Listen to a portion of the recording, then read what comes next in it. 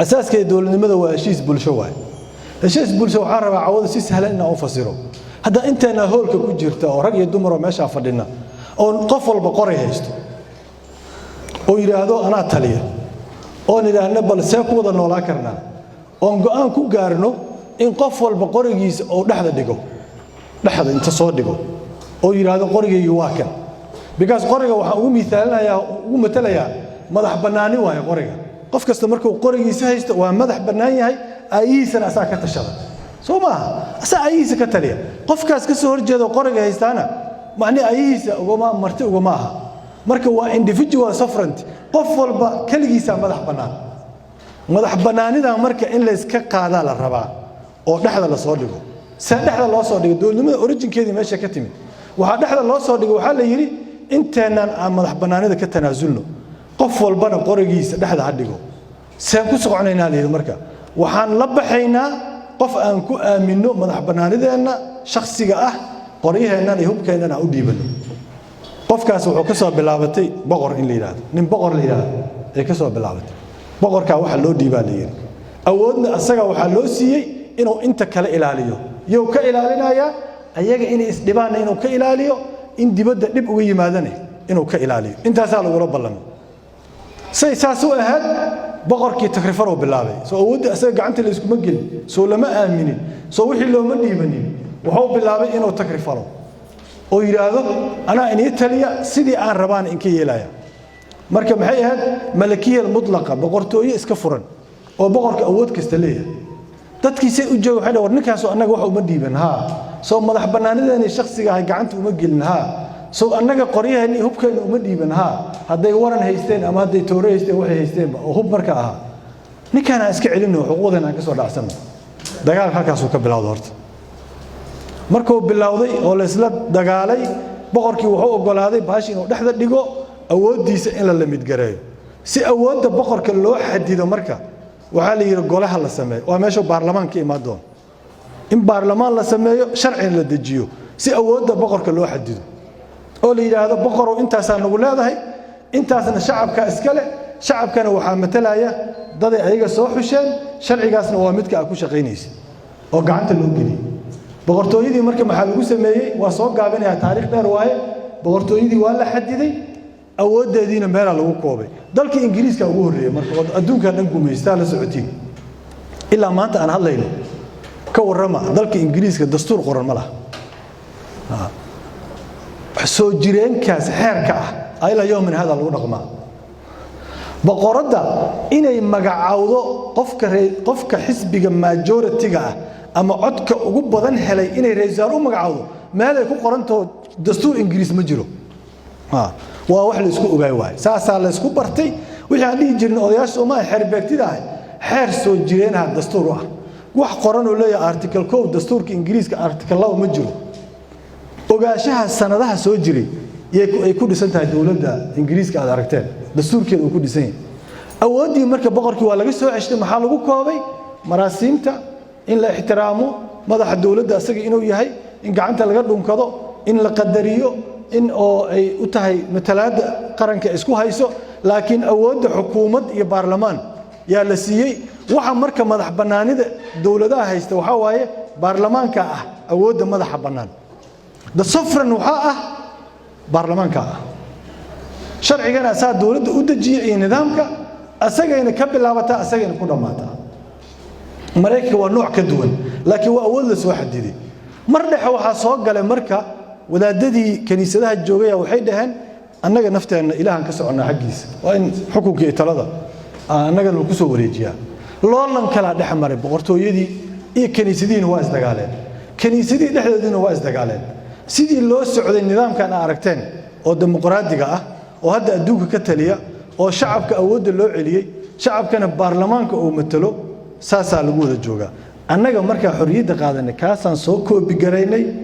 أسرع عن كنسني سوسا اسمع دستور كوري أوي لني ما دام إن ممكن دول النموذج كان أجنبي جالس هايين حل أيجا إصاب بسلادين أو وحن يكسو جدبين أو دجال كي بقرتو يدا يدجال كي ديما صد سنة سعودي يدجال كي كلت السينما ده يدجال كي إقداعية يسوي ودين هل كان كسر رمادن أو حكم shacabka in loo celiyo sidoo hadda Axmed sheegay shacabka uu ka yimaado shacabkana awoodda ay leeyihiin shacabka haday keenaan wali dimuqraadiyada waxa la yiraahdaa waa nidaamka ugu fiican waxa ugu xun ee ugu roontahay ee kii ugu fiicnay maaha sababtoo dimuqraadiyada waxay keeni kartaa Donald Trump oo kale lama hadli karo waa madaxweyne la doortay 4 sano la doortay Ameerikaanka waa inay ixtiraamaan wuxuu rabo isaga hadlaa ninka aragtay waay oo subaxii soo istaaga dooda wadahay biyaha aniga madaxa aan ku dhaqdo iguma filna sharciga laga soo saaray iyo go'aan macni asay soo saartay ninkii ka horeeyana nin madow oo aabiis muslim yahay oo kay ku dhashay aabiis madaxweyne ka soo saartay isla ayadii la waay nidaamkaas jira marka dadku marka waxay soo aamineen systemka iyo dawladnimada Soomaaliya u soo noqonaya marka Soomaaliya waxaan hortaagan dadkii Soomaaliyeed markay isdileen oo civil war nagu dheeraaday oo dagaalkii ahliga nagu dheeraaday dadkii waxay dhaheen dawladnimada rabnaa dawladnimada u baahanahay dawladnimadii markay yaa ku ciyaaraya dadkii talada loo dhiibay yaa dawladnimadii ku dheelaya dadkii aaminaadii ay soo aamineen hubka inay dhiibaan oo maanta wasiir Axmed Macalin Fiqi iyo qorqor madaxweynaha galmudug waxaan ka soo qaadana halkaane dadku waxay diyaar u yihiin Soomaaliya hubkooda inay u dhiibaan oo ay ku wareejiyaan oo ay dhahaan xukuma oo idinka noo taliya dawladda Soomaaliya saasay ku timid niman oo loo raajir waa ogeedeen maxkamadda islaamiga yimid way sii xaqeen ayaga wala sii xaqay adduunkiya sii xaqay wala socotiin say u socoto markii dambe waxa la yiri bal dastuurna hal la dhigo hubkana dawladda lagu wareejiyo ciidan dawlad Soomaaliyeed hal la dhiso asagana hal la ixtiraamo oo dastuurkana hal la ixtiraamo marka hadii markii heshiiskii bulsho ee dastuurka aan la ixtiraamin oo asaga aan tixgelin hadeen qof ka tabaroon iyo qof ka awood badan ma la meeshii aan ka nimid oo ogeedeen yaa loo noqonaya tusaale soo sheegay Axmed Macalin Fiqi anaga markiina la soo weeraray ciidankana soo weeraray agteena habeenkii inay jidad ka xirnaayeen oo magaalada xirxirayeen oo dhabaha jid kasto soo gala xaafadeena ay xirayeen waa ogeey waana u jeednay waana loo sheegay laakiin naguma soo dhicin ciidan dawlad leeyahay yaa inta qoryo soo qaatay guri qof muwaadin degan yahay la ku dhashiikiyaal ku garaacay doomisharay hub ciidanka nabadsuugida inta badan xamar howlgalay ka sameeyaan howlgalladaasna waxay ku wajahan yihiin nimanka nabadiidka xaafadda ay xiraan inta soo jeer anaga xaafaddan intay xireen ay dad ka bixiyeen lagu tuunsan yahay nimankaas inay yihiin anaga marka waxaan islahayn ciidanka waxay u socdaan waxay ku raad joogaan qof qoladaas ka tirsan kama shakin laakiin hadda maxaa dhacay marka hadda waa ka shakinayna hadda agteena soo maraan Sheekh Shariif waa aragtay Soomaaliya wadaxii hore Sheekh Shariif markii dhowr jeer gurigiisa ag mareen difaaciisu ka xirtay ciidanka hadda lagu ma kalsoona yaa keenay in ciidanka la aamino ma anaga keenay mise dawladda keentay ciidanka marka haddaan loo sheegin shaqadaada waxay tahay amniga shaqadaada waxay tahay dawladnimada inaad dhowrto shaqadaada waxay tahay dastuurka inaad ilaaliso oo hub loo dhiibo mooryaanta wuxuu ka bedelan yahay malaha haddii qofkii rabo loo isticmaali karo maanta waxaan ii sheegay oo nin wasiirada galmudug kamid ii sheegay oo maanta ka yimid muqdisho in airportkii lagu celiyay ra'iisul wasaarihi isbaar loogu dhigtay ninkii ahaa jiray ra'iisul wasaaraha Xasan Cali Khayr su'aasha simple ka imaanay markii maxaa waay war ciidanka aad dhisaysay hadday adi isbaar ku dhiganayaan si ciidan u yihiin ciidankii adiga aad 3 sano dhisaysay oo lahayd waa dhisay hadday jidka isbaar ku dhigteen adiga si ciidan ku yihiin ciidankaas sababta ma taqaana shalay markay dadka weerarayaan raali ka ahaa berina farmaajo sugaysa ee wiilka taliska la sugaysa waxayna fahamsaneen ciidanka in siyaasadda laga dhex bixiyo oo sharciga iyo dastuurka iyo amaanka ka shaqeeyo si dawladnimada u caawinaysa ma oga ayaga maalintaas ay joogo qof walba wuxuu rabaa asaga inuu isticmaalo oo dad kale u adeegsado oo kii ka soo horjeedo oo ilaa garaac wiilkan miskiinkaana waxa laga yaabaa risqiisa iyo dalacaadiisa in la yiri waa ku xirantaa meeshaan ku xirantaa oo meeshii gal la yiraahdo iska galo laakiin bari xilka adiga ma haynaysi Soomaa tusaale tan noogu filan marka dawladnimada aan rabno waxa waaye Soomaalina ay u baahan tahay dawlad ciidankeeda sharciga iyo dastuurka oo ilaalinaya iyo amaanka dawladnimada oo jiraya yow jiraya dhexdeedana waa shacabka dhexdiisana uu kala ilaalinaya waa meesha ka soo bilawnay ogaada shacabka dhexdiisana muxuu sameynaa wuu kala ilaalinaya haddii cadow bannaanka u yimaadani wuu kala ilaalinaya nasiib darro marka waxay tahay annaga yaana kala ilaalay hadda marka annaga ma iska mise ami Soomaaliya kala ilaalis fi waayaan darro annagoo 60 sano qaran ah in saaki oo nagu dhex jiraan ciidan 22 kun ajnabi ah oo waxa ay kala ilaalinayna Soomaali ay tahay ninka aan ogeyn ka waran oranta la socon oo dalkiina hoggaankiisa ama madaxtinimadiisa haysta lama basociyaba waxana kala ilaalinaya waa askar ajnabi intaan dhihi lahayn waa maasantii walaalayaalow waa noo soo gurmateen waana kala ilaaliseen iridan ka dareereen naga tag intaan dhihi lahayn waxaan dab ku sii shubaynaa in ayaga u sii baahano oo sababtii ayaga inay noogu imaadaan keentay yaa sii xoojinayna meeshii la rabay inaan xoojino sababta ayaga ay ku bixi lahaayeen marka waxaan u baahanahay koow dawlad heshiis bulsho ku dhisan heshiiska bulshana waa kaan sheegay dadku waa inay raali ka wada yihiin waxa lagu xukumayo ayna dareensan yihiin heshiiskaas in la ilaalinayo oo la ixtiraamayo sharcina sidiisa iyo dastuur wuxuu macno ku leeyahay qofka awoodda haysta marka uu ixtiraamo si kale macno kuma leh sharciga inuu muwaadinka oo sacboolayda ama citizenka jidka mara inuu ixtiraamo maaha kan awoodda haysta markuu sharciga asaga ixtiraamo markuu sharciga asaga qaba karo markaasuu sharciga macno leeyahay haddousan asaga qaba karin ama si ixtiraami karin asaga sharcigaas iska tuur wax macnaa ma laha meesha lagu qiyaas waa meesha dawladdu waxaan u baahanahay marka dastuurka oo tariyo oo heshiiska bulshada dastuurkuna maxaa niri waa heshiis bulsho dawladdu waxaan u baahanahay ciidankeeda oo ilaalinayo madax bannaanida qaranka iyo ammaanka iyo nabadgelyada shacabkana oo ilaalinayo dawladda u baahanahay taas waay oo maxaa waaye awoodda dawlad xoog badan oo awood leh ma rabnaa qof kastoo Soomaali wuxuu ku leeyahay dawlad awood leh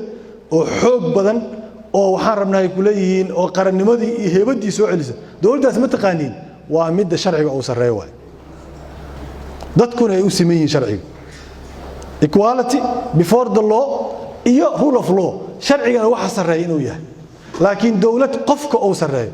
Soomaalida Ilaahay wuxuu ku ibtileeyay asaga wuxuu rabaa inuu yiraahdo ana ad-dawla ana dawladdu oo guleeya aniga sidaan rabo yaan dawladnimada u fasiraya aniga sidaan rabay dawladnimada noqonaysa inta yarka maxaa marka annagana haysta dawladeeni iyo mu'assasaadkeeni dawliga ayaa iska tacbaan ah waa weak qofka marka fragility wax la yiraahdo adduunka dawladaha noocan oo Soomaaliya kale taa waxa lagu sheegaa fragile state la yiraahdo dawlad nugul maxay u nugushahay marka fragile maxaa waay maxay u nugushahay inay kala burburtay u nugushahay wax kastoo ku dhaca jik hadii la siiyo inay kala yaacday u nugushahay marka waxa la yiraahdaa dawladaha nugul la yiraahdaa burburay u nugul yihiin marka waa la ilaaliyaa aad loo ilaaliyaa dawladaha noocaas wax kasta oo burbur ku keeni kara laga ilaaliyaa marka waxa la yiraahdaa fragile state characterka ama sifada ay leedahay waxa waaye in hal qof oo dalka meesha ka yimid ku celi karo si sahlan ugu celi karo sababta ugu celi karo maxaa waaye institution ama hay'ado dawladeed oo dhisan oo xoog leh oo iska celi karo ma laha hadda Donald Trump sababta soo qaadano institution iska celinayo maalooda markuu yiri doorashada dib u dhigaa yiri moogta doorashada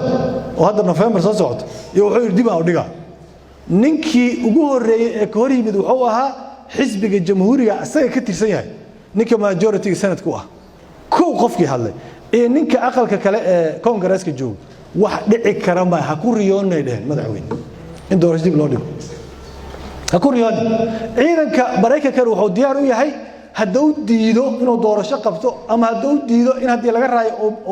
oo yiraahdo lagama raaynin inay dhahan madaxweyne raali lahaw ee aqalka cad ka soo bixiyaan diyaar u yihiin macnaheedu qof marka la aaminsan yahay oo la ixtiraamo oo laga dambeeyo oo asaga la leeyahay qofkaas wallahi waa qof saasa ma jiro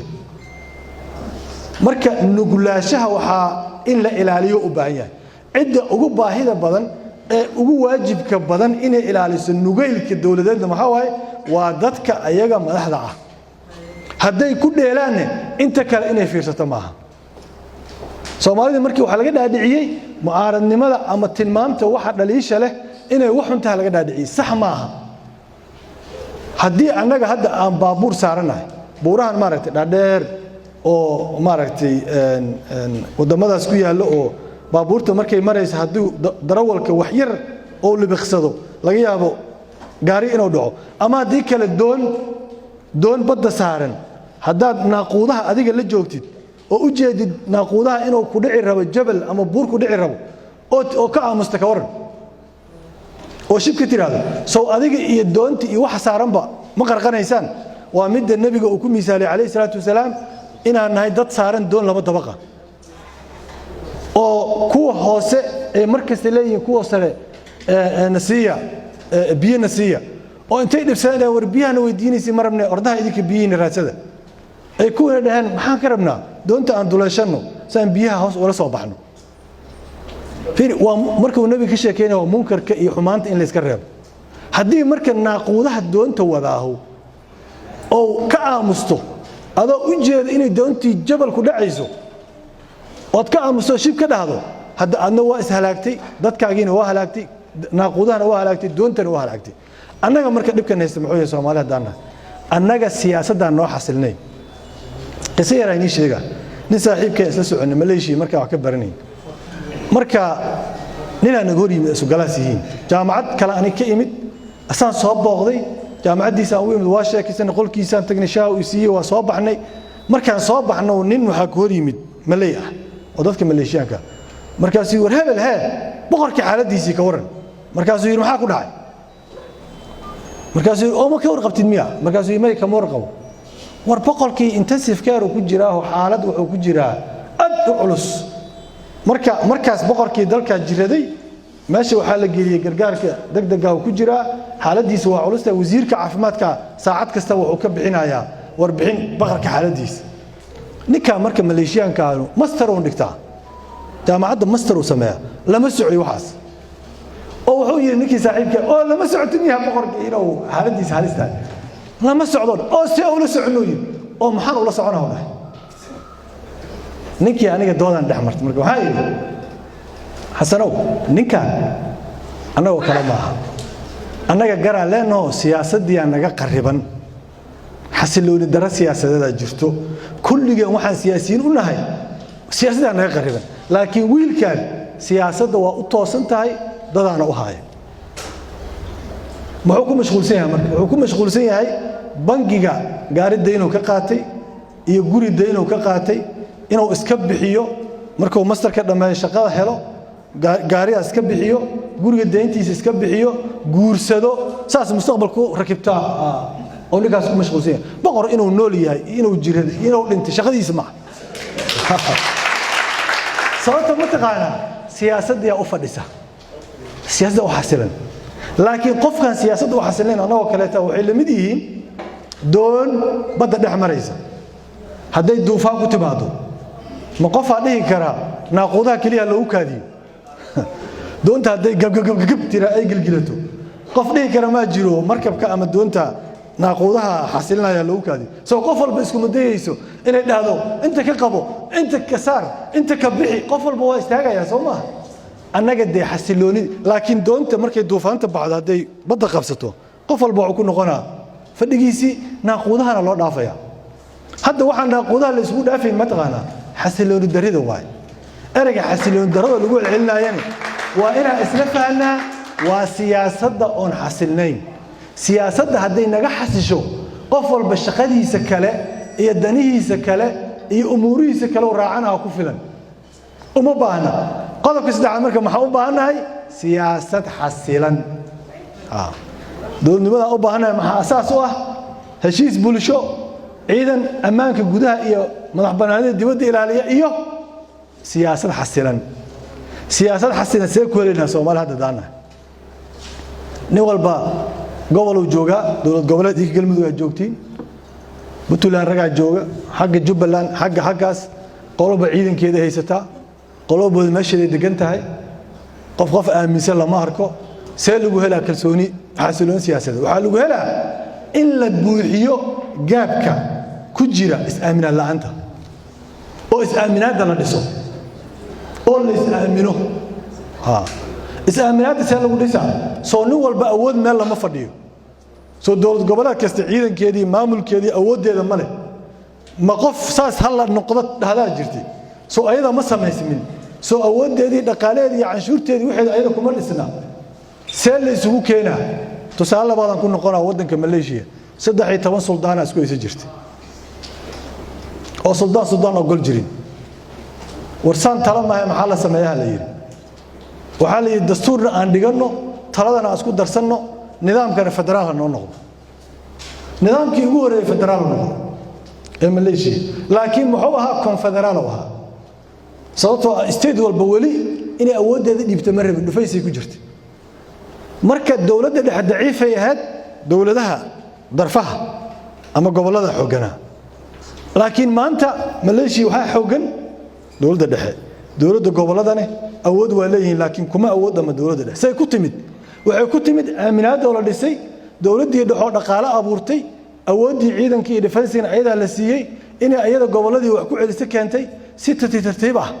iyo dadkii u soo aamineen dawladdan inay dawladoodii taa ay ku kalsoonaan karaan qodobka ugu horeeya ee dastuurka Malaysia ku qoran waxa la yiraahdaa muwaafaqa afka carabiga ka yimid go'aan waxa lagu gaaraa muwaafaqa ku qoran muwaafaqa ergaas asaas u ah dastuurkooda annaga marka maxaan u baahanahay inaan kalsoonida soo dhisno dadka ay isku aaminaan galmudug iyo Puntland la dhiso galmudug iyo Hirshabeelle la dhiso Hirshabeelle iyo South West la dhiso South West iyo Jubaland la dhiso dawladda dhexe ayaga la wada dhiso is aaminaada in la xoojiyo wax kasto marka dhaliil ah oo is aaminaada fogay karana inaan ka fogaano waxaas waxa kamid ah qof iska dhicinta kali talisnimada aniga kaligeeya talada dalkan gaari kara mana gaari kartid ba ha sababtoo dalka wali ammaankiisa iyo awoodiisa ajnabi ahaaya dhaqaalihiisana niman la yiraahdo beesha caalamka bixiyo waana ogtiino annagana ogna idinkana ogtiino Soomaalida markii la isku wareero beesha caalamka maxay tiri hal dhaha suusaas ma aha ninkii Mareykanka ahay maxuu sheegay waana la inkirayo Soomaalida waxay ku leeyihiin anaga ajnabi noo faragashan karo addaanina asaga la sugaa ama hadda Twitter bilowda wax la yiraahdo dhag tweet oo Soomaaliya صاحبك كمال إيو أحمد علي فقيه مشرحين كلا يتاجرها قلبي هاي كمال مشرح وهاي صاحبك أحمد مشرح وتاجر هاي نمكي أخيارته هاي واجب العلماء ذكاري حلوان ذي ووجه ذا لكن قام لا يو ذا هاي جباريس قاعد تويت صوتورة لك هذا حين ولا اعترافون هو لو قلت ماشي هاي هذا سؤال وقتي هذا هو دينك ورن واسمه ويسيرنا مدح عندك عشان انا لا بطل يا لنا اننا ما له حبيب برلمانك dood aad u adag aan galay waxaan ku yiri niyow madaxweynaha wuxuu yiri wax kasto meesha lagu gaaro baarlamaanka ku celinay marka maxay macna leedahay hadii wixii go'aankiiba hadii xagga loo celinaa waraa wuxuu dhahay isku cayaarina Cabdiraxmaan Shukur maxaa dhahay baarlamaanka nimankii ay joogeen naga dhaaniyo wala la hadlaa oo seelo la hadlaa baarlamaankii Soomaaliya oo siyaadadii iyo madaxbanaanidii qaranka matalay saan ugu wada wuxuu dhahay waraa wax ku sheegaa oo ogtoo dhaaniyo baarlamaanka ninku hadayska ma furayo doo dhahay xataa lama furayo dhahay وحنتهي ودب وسلع وحمان لكن يا نبضي ما قولك أنا نبضي يا فما أصابتكم إلهي محيي من مصيبة فما كسبت أيديكم النجا ودجير دارنا هاي فلسفي وحامسنا هاي وحلي هذا نقد الذات أما سلف كريتيسم النجا إن أسفيرينه وحقلدن أو وحقلدين والنجا فلسفة كلا ده يسوع واحد منهم نقول دعي مالك على كي مادين